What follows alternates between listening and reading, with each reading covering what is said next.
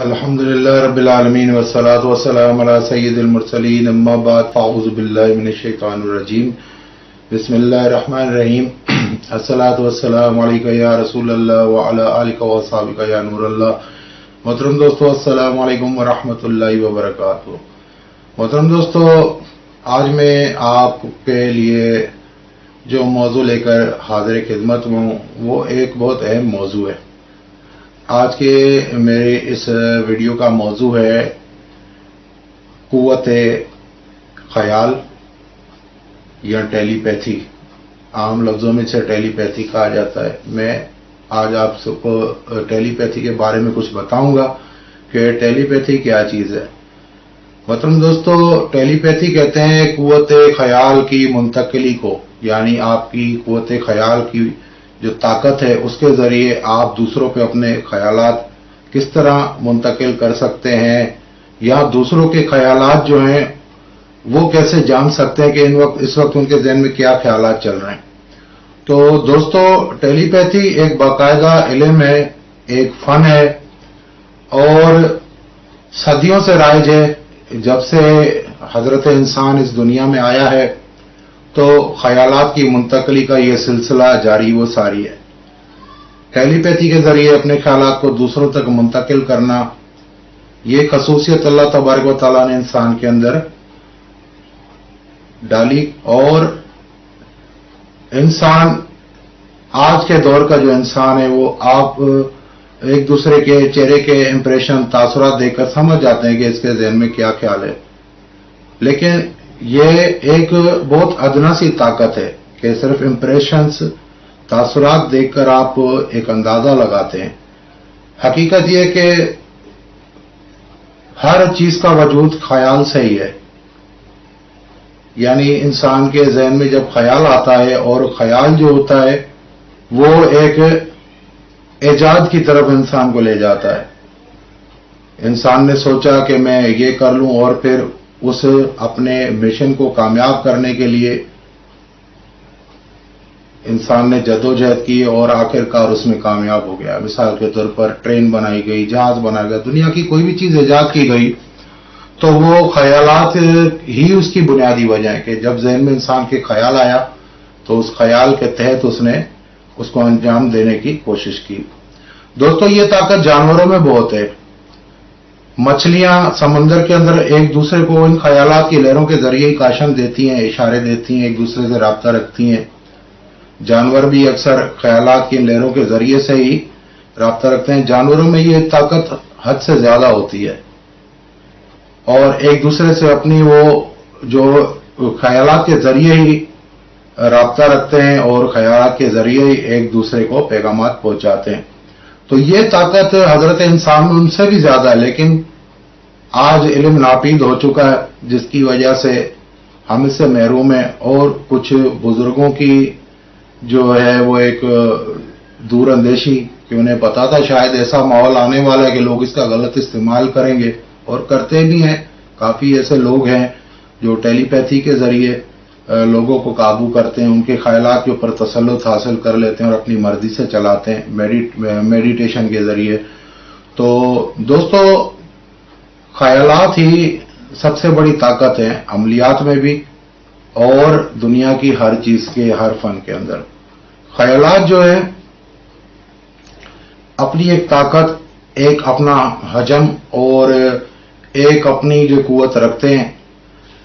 پچھلے وقتوں میں جو جادو، بنیاد میں جو جادو شروعات ہوئی تھی تو وہ خیالات کے ذریعے ہی ہوتا تھا. یعنی خیالات کو دوسرے کے ذہن پہ مسلط کرنا، اپنی مرضی سے اس کو چیزیں دکھانا، اور اپنی مرضی سے اس کو خواب دکھانا اور حقیقت دکھانا، یہ خیالات کے ذریعے ہی ہوتا تھا.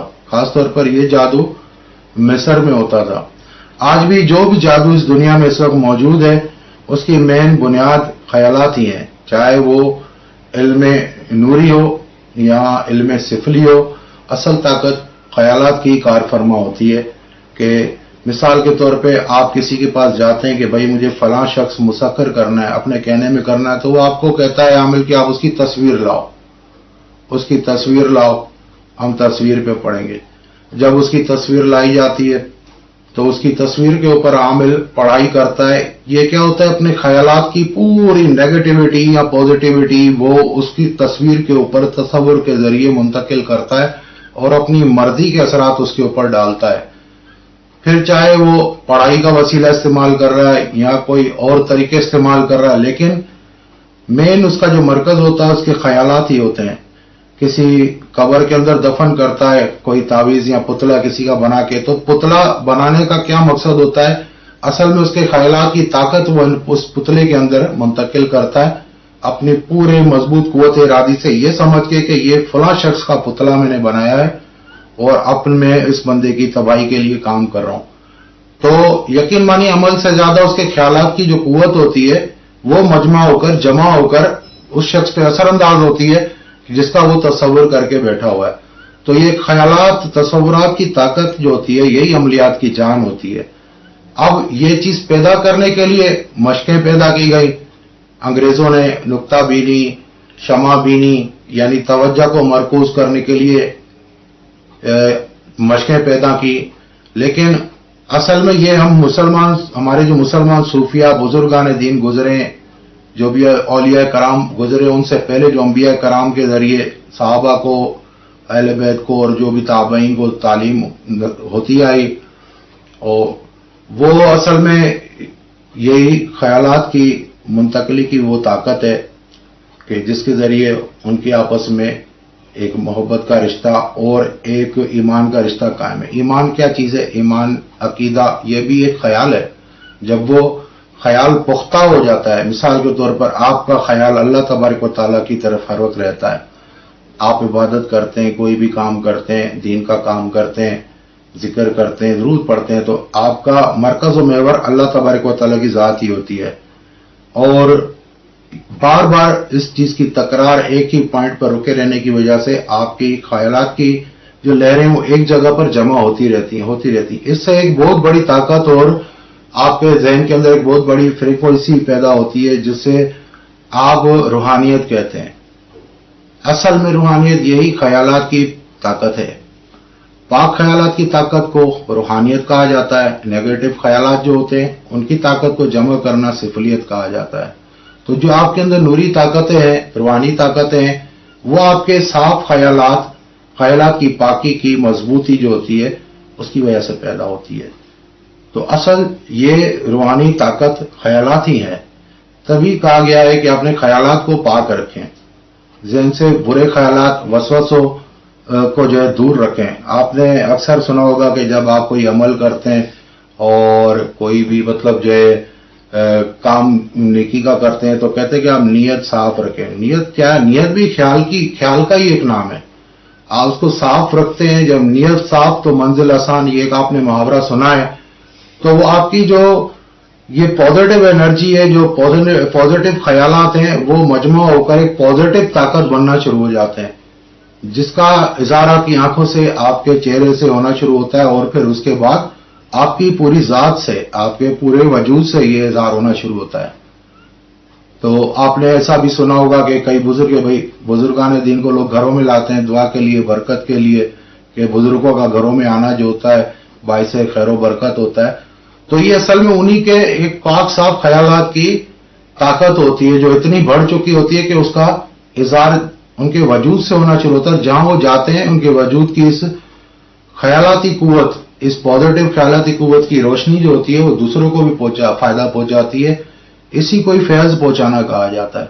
یعنی آپ کسی ایسے شخص کے پاس جو پاک خیالات والا ہے، چاہے وہ پیر ہے، ولی ہے، درویش ہے یا ایک عام بندہ ہے، لیکن وہ ایک پاک خیالات والا، خیالات کی پازیٹو خیالات کی قوت اس کے اندر موجزن ہے، اور آپ اس کے پاس بیٹھتے ہو تو اس کے پاس بیٹھنا بھی جو ہوتا ہے آپ کو فائدہ پہنچاتا ہے. اس کی پازیٹیوٹی آپ کے اندر داخل ہوتی ہے، آپ کے اندر جو پازیٹو قوت ہے اس کو قوت ملنا شروع ہو جاتی ہے.